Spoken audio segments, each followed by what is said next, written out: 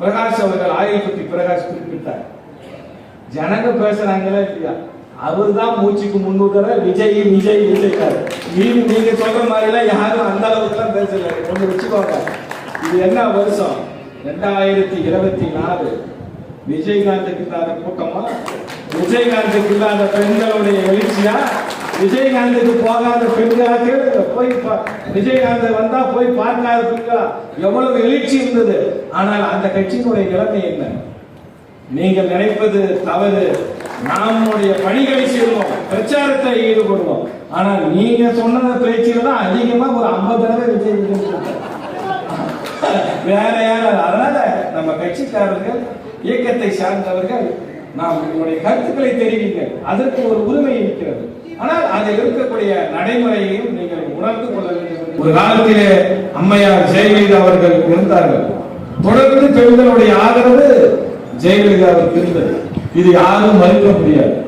இன்னைக்கு கூட எவ்வளவு பெண்கள் நான் கூட்டத்தை பார்க்கின்ற போது எனக்கு உள்ளபடியே ஆச்சரியமாக இருந்தது.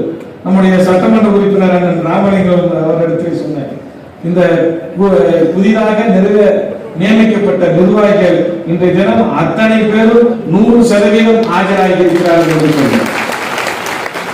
இப்பொழுது ஜெயலலிதாவுக்கு அப்புறம் பெண்களுடைய ஆதரவு யார் பக்கம் திரும்பியிருக்கிறது என்று சொன்னால் முழுக்க முழுக்க தலைவர் தளபதி மு.க. ஸ்டாலின் அவர்கள் பக்கம் தான். இன்னைக்கு எத்தனையோ பிரச்சாரங்களை நம்ம எதிர்கொண்டோம். வலைதளங்களிலே திராவிட முன்னேற்ற கழகத்தை பற்றி, நமது ஆட்சியை பற்றி எவ்வளவு பிரச்சாரங்கள் செய்ய முடியுமோ அத்தனையும் செய்தார்கள். ஆனால் எதுவும் பலிக்கவில்லை. இந்த நாடாளுமன்ற தேர்தலில் நம்முடைய நாடாளுமன்ற தொகுதியிலான நாம் ஓட்டு வித்தியாசம் குறைவாக இருக்கலாம். ஆனால் திருவள்ளுவர் நாடாளுமன்ற தொகுதியில் 5.5 லட்சம் ஓட்டு வித்தியாசம்.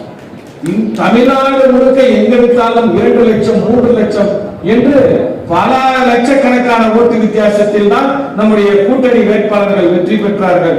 அதற்கு முதன்மையான காரணம் நம் தலைவரே சொன்னார், பெண்களுடைய ஓட்டு முழுமையாக திராவிட முன்னேற்ற கழகத்திற்கு வந்திருக்கிறது.